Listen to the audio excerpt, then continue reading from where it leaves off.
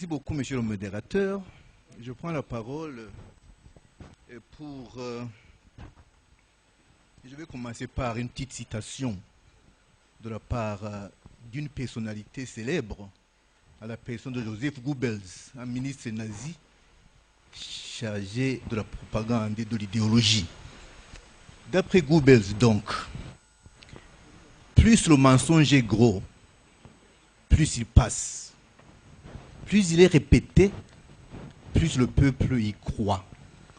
Eh bien, je vais vous dire que Michombero et son entourage ont servi à la communauté nationale et internationale en gros mensonges, faisant état de l'existence d'une rébellion Hutu qui aurait attaqué les communes de Rumongue et de Nyanzarak. Et je vais démontrer qu'il n'y a jamais eu une rébellion Hutu en 72. Et je vais essayer de l'expliquer en 4 points. Présentation, c'est l'ambassadeur Menegide Niyonzima. Je suis né à Okeye, en province de Moravia. Et je pense que, vu les contraintes du temps, je pense que cette présentation suffit. Alors, je disais donc que je vais le faire en 4 points. Premièrement, dans ma carrière de diplomate, moi j'étais en poste à Dar es Salaam. Alors les personnes à qui on attribue les attaques de Nyanzarak et de Rumongue, en l'occurrence Macha, Sirius Macha, Abel Tita et les autres, moi je les connais, ils me connaissent, on s'appelle de nom. Eh bien je vais vous dire une chose, ils n'ont jamais attaqué le Burundi, jamais, parce qu'ils n'avaient ni armes, ni armée, ni rien du tout. Et seulement ils ont été approchés par un certain Gaston Soumiyalo, un chef rebelle congolais, qui les a fait miroiter la chute du pouvoir de Michombero en quelques jours. Mais évidemment, ils ont constaté après coup qu'en réalité, on leur avait demandé d'assurer la paternité d'une attaque qui avait été préparée par Michombero et son entourage. Eh bien, ça c'est un 2. Avant le 29 avril, il n'existait pas de réfugiés Hutus dans toute la région des Grands Lacs. Il y en avait l'un ou l'autre, mais ça se comptait au doigt. Il n'y en avait pas. Et ce que je vous dis, j'ai une aide de mémoire ici, il n'y avait pas de réfugiés Hutus dans la région des Grands Lacs. Or, Hutus et Tutsi, les historiens, tout le monde sait, et que il s'agissait d'une invasion du pays, pas des éléments venus de l'extérieur. Qui sont ces éléments? Ça ne peut pas être les Hutus du Burundi qui vivent à l'intérieur de nos frontières. Eh bien, je vous dis qu'il s'agissait des Simba de la rébellion congolaise, Simba de Soumiyalo. C'était les Simba de Soumiyalo. Troisièmement, pour faire vite, Monseigneur Ngoya Goye, l'ancien évêque de Bujumbura, une autorité morale dont la droiture fait consensus dans ce pays, il m'a reçu. J'ai eu l'honneur d'être reçu par l'évêque, le prélat. Et il m'a dit, on a échangé un peu sur ce qui s'est passé en 72, il m'a dit, écoutez-moi bien, les assaillants de Bujumbura, parce que lui il était vice-recteur du grand séminaire, le recteur c'était Joachim Ruhuna, les assaillants de Bujumbura étaient cachés dans le buisson autour de la cathédrale. il ne parlait pas Kirundi et il se réclamait d'Onhare. Monseigneur Ngoyagoy. Mesdames et messieurs, les Bahutu du Burundi parlent Kirundi aujourd'hui comme hier. Ça ne peut donc pas être les Bahutu.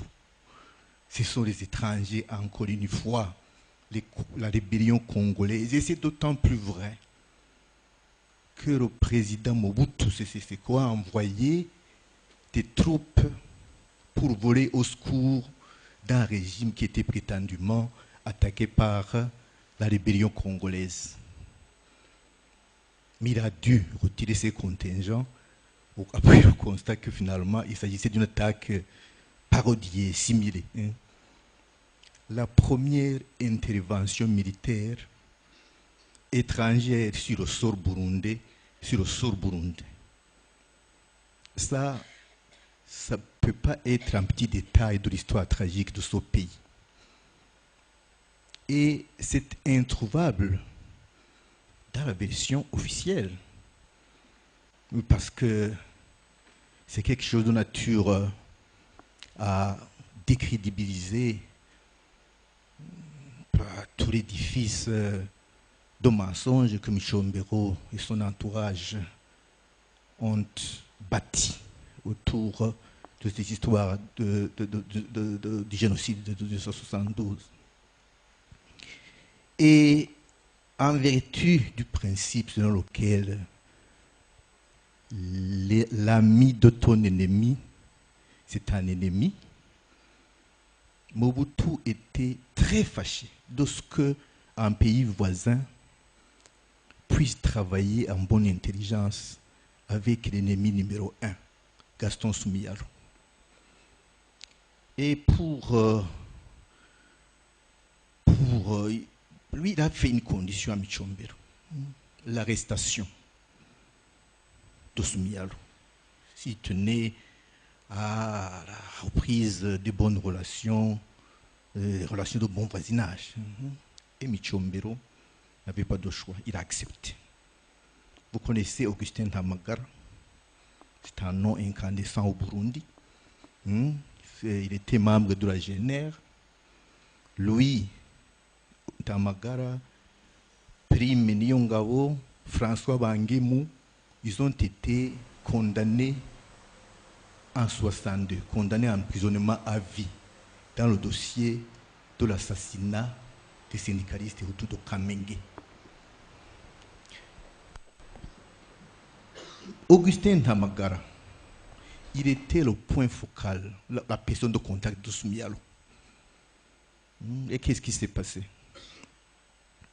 Ntamagara a invité Soumiyalo en lui disant qu'il avait une lettre d'invitation pour se rendre, Soumiyalo devait se rendre en Corée du Nord, de Kim Il-sung. Et un bon soir, Soumiyalo est venu avec à la tête d'une délégation de 7 personnes. Et quelques minutes après, il y a eu un commando de militaires congolais pour arrêter tout le groupe de 7. Mais Soumiyalo, lui, il s'est mis à aller chez son ami, Ntamagara. Il avait même enlevé les chaussures. Et puis, il est sorti un peu et on l'a pris pour un domestique. C'est comme cela qu'il a finalement, mais les 6, on les a conduits à Bukavu, on les a tous tués. Et Soumiyalo a été profondément affecté parce que c'est tout son état-major qui était décimé. Et il ne s'en est plus relevé. Il a même abandonné la lutte armée. Il est mort en 2007, c'est récent. Et son fils, Ami Soumiyalo, lui a rendu hommage dans un texte qui se trouve, faites Google, vous écrivez la mort de Gaston Soumiyalo, vous allez voir son message. Il parle d'Augustin Ntamagara et du pouvoir de Bujumbura. Alors je vais terminer en disant ceci. Les Bahutu comme les Batutsi, nous avons des origines parentales et régionales physiquement identifiables. Alors qu'en 72, donc je vais dire soit 93, nous connaissons les gens, et il y en a dans la salle, des gens qui ont pris les armes pour disons, résister contre les FAB qui venaient de tuer le président élu. On les connaît, on connaît les familles. Par contre, en 72, pas seulement à Nyanzara qui a Rumonge, mais sur toute l'étendue du territoire national, il n'existe pas une seule famille Hutu identifiée comme ayant eu en son sein un membre de cette mystérieuse rébellion Hutu. Ça n'existe pas. Ça n'existe pas. Donc, une rébellion sans rebelle, ça n'existe pas. Donc, qu'on n'a-t-on pas entendu? On a même parlé de femmes éventrées. Sur toute l'étendue du territoire, il n'existe pas un seul cas d'une femme éventrée. Cette histoire de rébellion Hutu, c'est de la légende. Alors, fort de la certitude que Macha et ses amis n'ont jamais attaqué le Burundi, fort de la certitude que les envahisseurs venaient de l'étranger au moment où les Bahutus vivaient à l'intérieur, fort de la certitude que les assaillants ne parlaient pas le Kirundi, au moment où les Bahutus parlaient Kirundi. Donc, moi je peux affirmer qu'il n'y a jamais eu de rébellion Hutu CQFD. Et comme recommandation, puisqu'on a parlé de, je n'ai pas prévu de recommandation, moi je vais demander aux concernés de ne pas prêter attention aux affirmations d'aucun extrémistes qui veulent accréditer la thèse de l'implication du parti Ubu dans la crise de 1972. Le parti Ubu a été fondé après le génocide par les réfugiés burundais.